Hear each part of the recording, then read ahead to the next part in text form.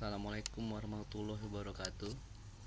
Baiklah, untuk kesempatan hari ini saya akan mencoba membuat sebuah video dalam mengakses localhost dengan menggunakan aplikasi XMPP. Oke, langkah pertama yang pasti kita sudah menginstal aplikasi XMPP ya. Kemudian di sini ada control panel XMPP, double klik di sini. Kemudian posisi awalnya seperti ini ya. Jadi dia dalam kondisi seperti ini awalnya. Jadi saat kita ingin menggunakannya cukup pada modul APC dan MySQL yang kita start ya, start 2 ini aja yang kita start. Kita tunggu sampai berwarna hijau, kemudian muncul portnya di sini. Seperti ini. Lalu kita bisa gunakan, kita masuk ke browser ya, masuk ke browser ya, bebas mau menggunakan Mozilla ataupun Google Chrome ya. Tunggu sebentar, kita masuk ke browser, kemudian di URL kita isikan localhost php my admin, enter.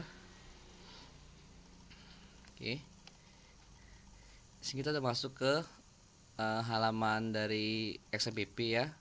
Di sini kita gunakan untuk mengolah database-nya ya, di sini dengan alamat ini. Jadi kalau tadi XMPP control panel belum kita jalankan, belum kita start, maka kita tidak bisa masuk ke halaman ini ya, nggak akan fungsi dia. Jadi untuk membuat database baru kita klik new di sini, new. Kemudian sini ada namanya ya. Misalnya namanya database apa ya, database akademik misalnya ya. Akademik. Oke, akademik. Buat.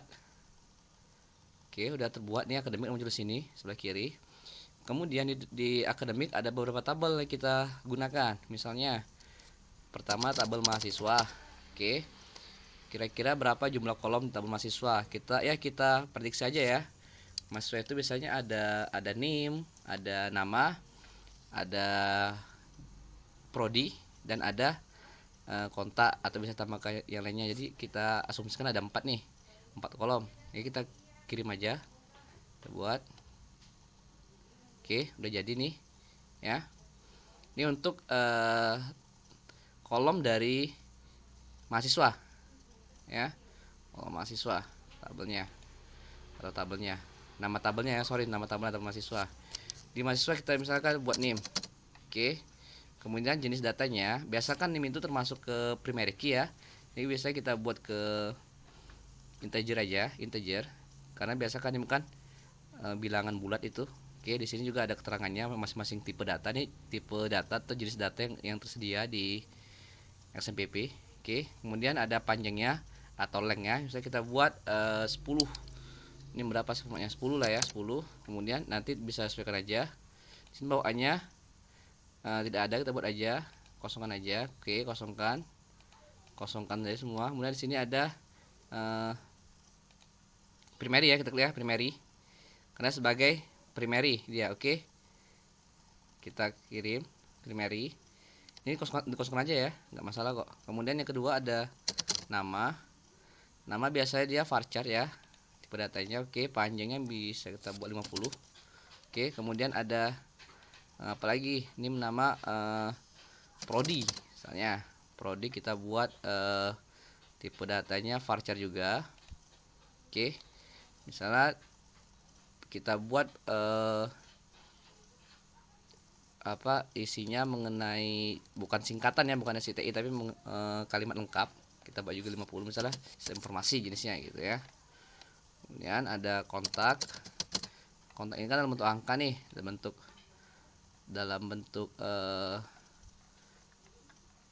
bilangan ya, Jadi bilangan bisa kita gunakan di sini, bisa sebenarnya untuk integer juga bisa ya, integer, desimal juga bisa. Jadi kita buat integer aja, yang umum aja, integer. Oke, kemudian setelah itu kita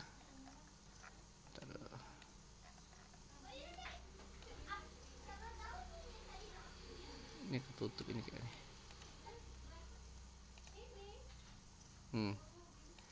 Nah, ini kita simpan ya, tadi tutup dengan ini saya. Ini ada pratinjau, ada simpan. Coba kita pratinjau dulu scale-nya. Nah, ini dia ya. Jadi perintah dalam bentuk codingnya atau dalam bentuk CLI-nya. Ini dia nih. Create table bla bla dan sebagainya. Kita simpan. Tutup dulu, tutup. Kita simpan. Oke. Jadi tabel mahasiswa di sini ya. Dan tabel mahasiswa di sini.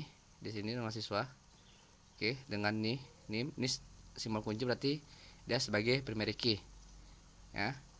Kemudian untuk yang selanjutnya bisa kalian sesuaikan, kalian tambahkan, bisa tambahkan lagi di sini ada new sini ya, new buat tabel lagi. Misalnya nama tabelnya ada mahasiswa, ada tabel mata kuliah misalnya ya. Jadi untuk nama sendiri nggak bisa menggunakan spasi ya, jadi menggunakan underscore atau huruf atau kata sambung lainnya, atau kita singkat jadi matkul, mata kuliah. Oke. Kirim dulu ya. Oke, setelah itu kita buat misalnya ada kode mata kuliah sama tadi integer ya, atau mungkin kode dalam bentuk campur, misalnya kombinasi antara kan untuk mata kuliah ini kan kodenya beda-beda tuh setiap setiap perguruan tinggi. Ada yang dalam bentuk bilangan semua, ada dalam bentuk campuran dengan huruf. Jadi kita buat aja varchar sini ya. Varchar kode mata kuliah. Panjangnya ya sesuaikan lagi. Ini panjangnya kita perkirakan aja ya. Jadi kita perkirakan jangan sampai panjangnya kurang dari data yang kita isikan. Misalnya nih panjangan cuma 10, sedangkan data yang kita isikan sampai 15, itu nggak bisa ya, karena batasnya sampai 10. Ini juga nih kita buat juga primary key sini. Oke. Kirim. Ini ada nama matkul. Oke. Juga varchar, namanya panjang tuh ya 50.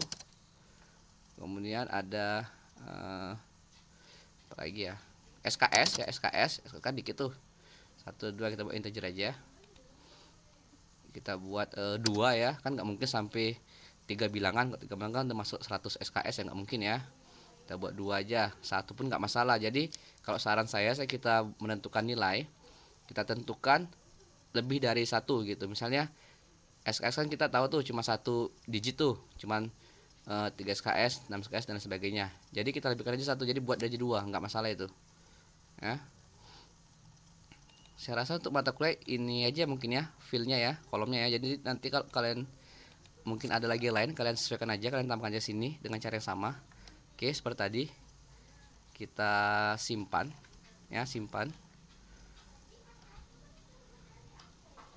Oke, sini udah jadi 2 ya. Jadi 2 di sini. Nah, sini udah 2. Ini ada 2 juga tabel masuk yang tabel kita buat tadi. Oke. Ini ya. Kita klik di sini. Nah, di sini kalau kita mau lihat strukturnya, kita klik di sini, atasnya ada struktur. Nah, ini dia nih kita buat tadi nih. Ini kolomnya nih ada kode, nama tulisan SKS. Sini ada simbol kunci, ini primary key namanya. Dan nanti bisa kita ubah dan sebagainya nih. Ya.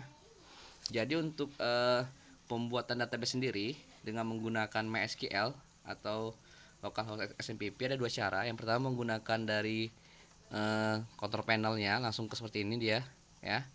Di sini dinamakan berbasis GUI ya. GUI itu graphic user interface. Jadi kita tinggal masukkan aja, kita tinggal menginputkan ya. Kemudian ada cara yang kedua, yaitu menggunakan command prompt ya. Command prompt itu konsepnya menggunakan CLI, yaitu command line interface ya. Jadi kita dalam pembuat ini kita mengetikkan perintahnya. Seperti tadi contoh kan ada tuh yang kita tinjau tuh. Nah, itu dia perintahnya tuh. Jadi ada 2 cara, dengan menggunakan proses GUI yang kita inputkan atau menggunakan proses CLI yang kita ketikkan. Jadi saat kita membuat nama tabel, nama database itu semuanya kita ketik perintahnya. Ya, sedangkan itu kalau yang di sini itu kan tinggal kita masukkan aja tuh namanya, tapi kalau yang di command prompt kita ketikkan. Nah, jadi untuk sementara untuk kali ini kita masuk dulu ke yang mudah dulu. Nanti untuk selanjutnya kita bahas mengenai pembuatan melalui command prompt ya. Oke, untuk sekian dulu. Nanti untuk selanjutnya saya infokan kembali untuk materinya. Ya, saya akhiri dengan wabillahi taufiq wal hidayah. Wassalamualaikum warahmatullahi wabarakatuh.